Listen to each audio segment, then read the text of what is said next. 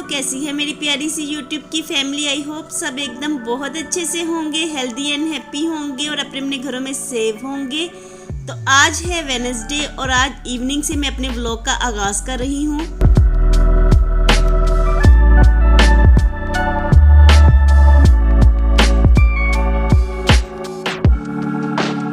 और यहाँ पे गर्मी का तौर नींबू पानी बनाया जा रहा है क्योंकि इस कदर ज़्यादा गर्मी हो रही है कि नींबू पानी पीने में बहुत ही अच्छा लगता है। और वैसे भी इतनी शदीद गर्मी में लेमन को अपनी डेली रूटीन में ज़रूर शामिल करना चाहिए, चाहे इसको सैलड के ऊपर डाल के खाएं या पानी में निचोड़ के पिएं। तो लेमन के बहुत से फ़ायदे हैं, इसलिए लेमन का इस्तेमाल हमें करना ही चाहिए।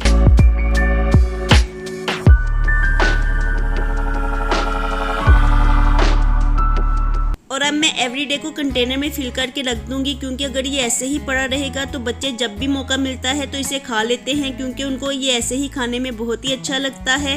और आजकल दूध भी कुछ ऐसा आ रहा है कि इसकी चाय पीने में अच्छी नहीं लगती, तो अगर थोड़ा सा एवरीडे इसमें मिक्स कर लिया जाए तो चाय का जायका पीने में बहुत ही अच्छा हो जाता है। इसलिए मैं एवरीडे को घर में ज़रूर रखती हूँ और चाय बनाते हुए 1 चम्मच मैं एवरीडे का डाल लेती हूँ, तो इससे चाय पीने में बहुत ही अच्छी हो जाती है।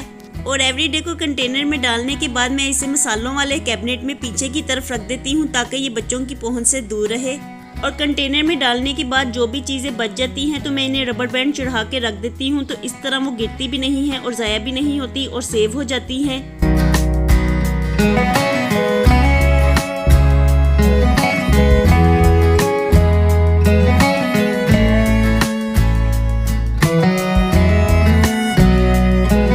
और अब मैं धुले हुए कपड़ों को फोल्ड करके रख दूंगी क्योंकि इनको मैंने कल में वॉश किया था तो ये कल ही ड्राई हो गए थे, क्योंकि इस कदर ज़्यादा गर्मी है कि आजकल कपड़े जल्दी ही ड्राई हो जाते हैं। लेकिन मैंने कल इन्हें उतार के रूम में रख दिया था और आज मुझे इनको फोल्ड करते हुए काफ़ी ज़्यादा आलस आ रहा है। तो ऐसे ही होता है, धुले हुए कपड़ों को अगर उतार के रख दिया जाए तो इनको फोल्ड करते हुए काफ़ी आलस आता है। इसलिए जैसे ही ये ड्राई हो जाए तो इनको फ़ौरन ही फोल्ड करके रख लेना चाहिए। और मैंने हाफ़ कपड़े मॉर्निंग में फ़ोल्ड करके रखे और हाफ़ को मैं अभी फोल्ड कर रही हूँ।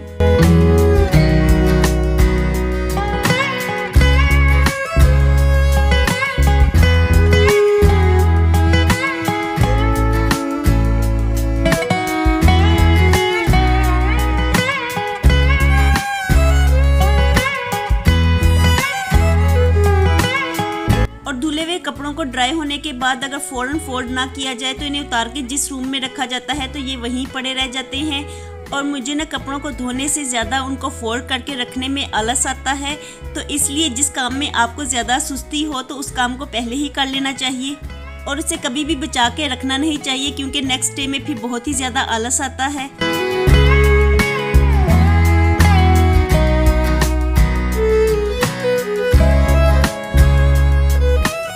और अब मैं अपने लिए टी बनाने लगी थी क्योंकि कपड़े फोल्ड कर करके मैं बहुत ही ज़्यादा थक गई हूँ। तो बच्चों ने कहा कि पहले मैं उनको पास्ता बना के दूँ क्योंकि वाइट पास्ता खाने में उनको बहुत ही अच्छा लगता है और मुझे भी पास्ता खाने में बहुत ही मज़े का लगता है। तो अब मैं पास्ता बना रही हूँ।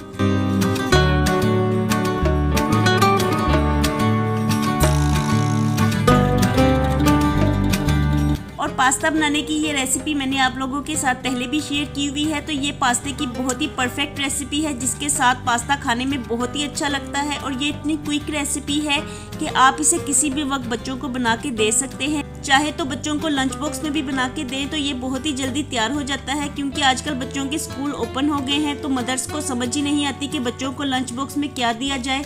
तो अगर वाइट पास्ता बना के बच्चों को दे दिया जाए तो लंच बॉक्स बिल्कुल खाली ही आते हैं। और बच्चों को हमेशा वैसी ही चीज़ें देनी चाहिए जो उनको खाने में बहुत ही अच्छी लगे।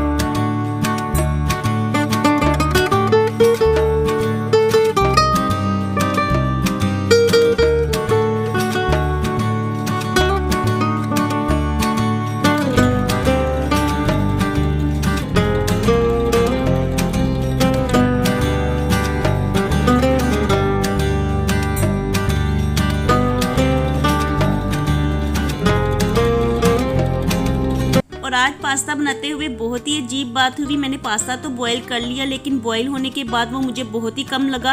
यूजुअली ऐसा ही होता है कि थोड़ा सा पास्ता बॉईल किया जाए तो वो फूल के काफ़ी ज़्यादा हो जाता है, लेकिन आज जैसे ही पास्ता मैंने बॉईल किया तो वो मुझे कम लगने लगा, इसलिए मैंने दोबारा से थोड़ा सा पास्ता बॉईल होने के लिए रख दिया। और कभी कभी कोई काम काफ़ी ट्राई के बाद भी गलती से हो जाता है, तो मैंने पास्ता काफ़ी दफ़ा बनाया है, लेकिन आज गलती से मुझसे थोड़ा सा पास्ता बॉईल हो गया, तो इसलिए मैंने दोबारा से पास्ता बॉईल होने के लिए रखा हुआ है।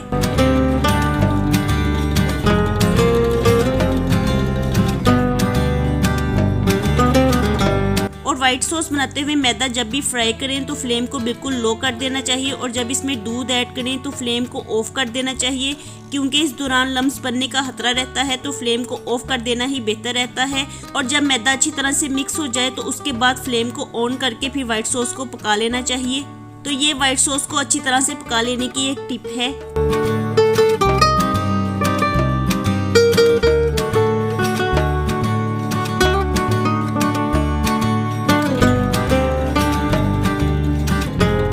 और यहाँ पे पास्ता बनके तैयार हो गया है। तो ये पास्ता बहुत ही क्विक बनता है, सिर्फ 10 मिनट में ये पास्ता तैयार हो जाता है। और साथ ही मैंने चाय भी बनने के लिए रख दी है। तो देखिए मेरी चाय बनके तैयार हो गई है। तो मैं इसमें थोड़ा सा एवरीडे मिक्स करूँगी, क्योंकि शाम में मैं चाय ज़रूर पीती हूँ और वो चाय पीने में बहुत ही मज़े की होनी चाहिए। तो इसलिए मैं एवरीडे को शामिल करती हूँ, क्योंकि इसके साथ चाय का फ्लेवर बहुत ही अच्छा हो जाता है।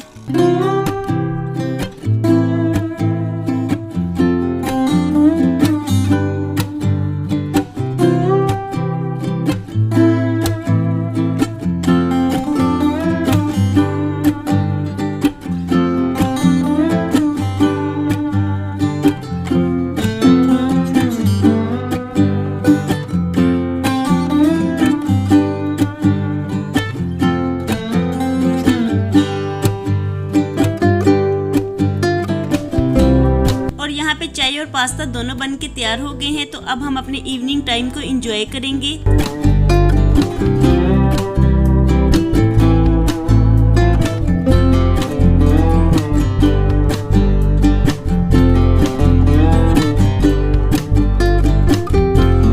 चाय पीने के बाद अब मैं फ़ौरन ही किचन में आ गई हूँ, क्योंकि मुझे डिनर की तैयारी करनी है। तो मैं साथ ही डिनर को भी बना लूँगी। और डिनर में आज मैं आलू गोश्त बनाने लगी हूँ, तो इसके लिए मैं प्याज को कट कर रही हूँ।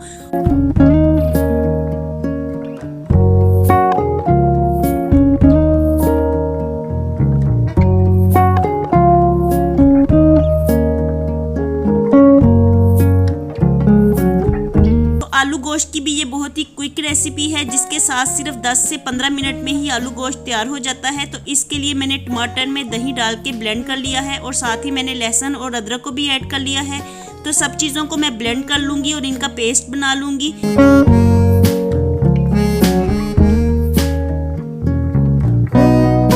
और इसके बाद मैंने आलू गोश्त पकाना शुरू कर दिया है। तो इसके लिए मैं ऑयल में गोश्त को फ्राई कर दूंगी। और आज ऐसा हुआ कि गोश्त को मैं फ्रीज़र में से निकालना भूल गई, तो इसलिए ये आपको जमा हुआ दिखाई दे रहा है।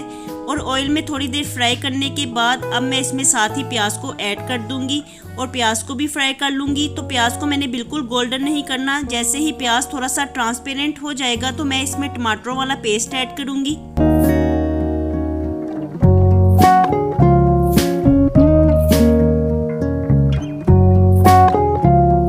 पेस्ट ऐड करने के बाद मैंने इसमें थोड़ा सा पानी भी ऐड कर दिया है, और अब साथ ही स्पाइसेस भी ऐड करूंगी। तो स्पाइसेस में नमक, पिसी हुई सुरख मिर्च, खुश्क धनिया पाउडर और हल्दी को ऐड करूंगी, और अच्छी तरह से मिक्स करते हुए इसे ढक के लो फ्लेम पे पका लूंगी।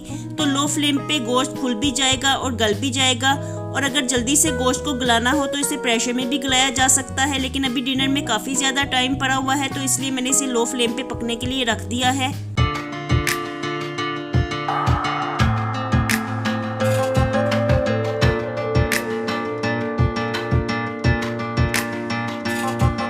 और अब मैं स्पून्स को अरेंज करके रख दूंगी, क्योंकि अभी थोड़ा सा टाइम फ्री है, तो इतनी देर में मैं स्पून्स को अरेंज करके रख देती हूँ। तो मैं ऐसा ही करती हूँ, बड़े और छोटे स्पून्स को अलहदा ही रखती हूँ, इसलिए जब भी उनको इस्तेमाल करना होता है तो फ़ौरन से हमें छोटे और बड़े स्पून्स अपनी अपनी जगह से मिल जाते हैं।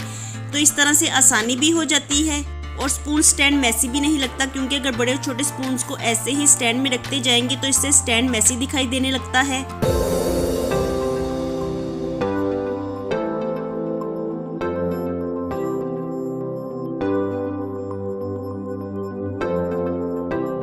और अब जो बर्तन गंदे पड़े हुए हैं तो मैं इनको जल्दी से वॉश कर लूँगी। तो ये इवनिंग के बर्तन है, तो बर्तनों को मैं साथ साथ ही वॉश करती रहती हूँ। इससे किचन में क्लटर भी नहीं पड़ता और सिंक भी साफ दिखाई देता है।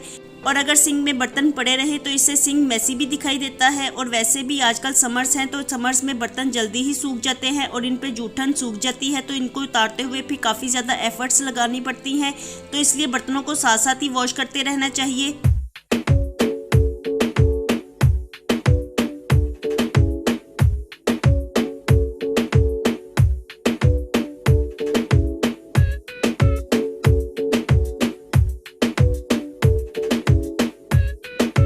बर्तनों को साफ कर लेने के बाद साथ ही मैं काउंटर टॉप्स को भी क्लीन कर दूंगी। तो इस तरह से काउंटर टॉप साथ साथ ही साफ होते जाते हैं। और फिर नाइट में जब मुझे किचन को साफ करना होता है तो ऐसे में किचन पहले से ही साफ होता है, तो ना तो मुझे ज़्यादा एफर्ट्स लगाने पड़ती हैं और ना ही मेरा ज़्यादा टाइम लगता है। और अब मैं जल्दी से आलू पील ऑफ कर लूँगी, क्योंकि अभी मैंने चेक किया है तो गोश्त गल गया है। और अब आलू पील ऑफ करने के बाद मैं छोटे टुकड़ों में कट कर लूँगी।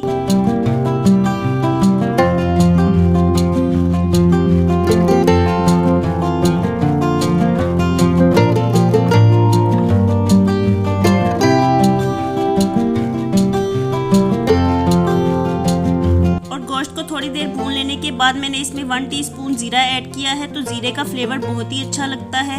और अब साथ ही मैं इसमें कटे हुए आलू ऐड कर दूंगी और इसे लो फ्लेम पे पकने दूंगी।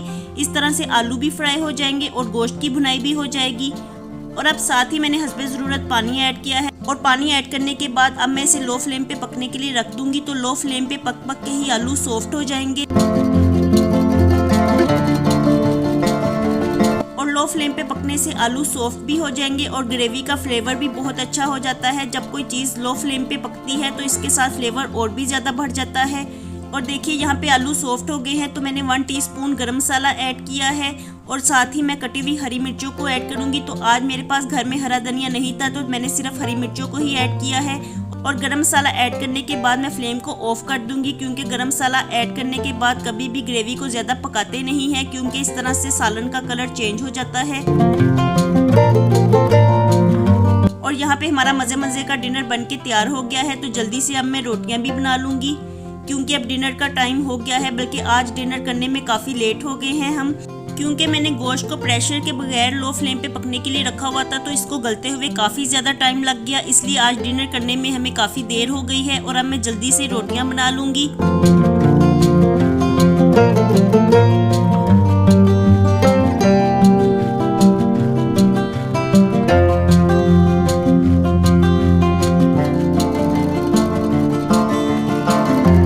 अच्छी तरह से गूंदे हुए आटे की रोटियां बहुत ही ज़्यादा सॉफ्ट होती हैं और सारे ही फुलके तैयार होते हैं। और आटा गूंद लेने के बाद इसको थोड़ा सा रेस्ट देना बहुत ज़रूरी होता है। तो इस तरह से आटा बहुत ही अच्छा बिहेव करता है और बड़ी ही ज़बरदस्त रोटियां तैयार होती हैं।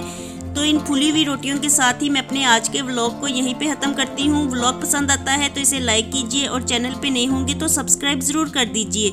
मैं मिलती हूँ आपसे दोबारा विद द नेक्स्ट व्लॉग। अल्लाह हाफिज़ एंड टेक केयर।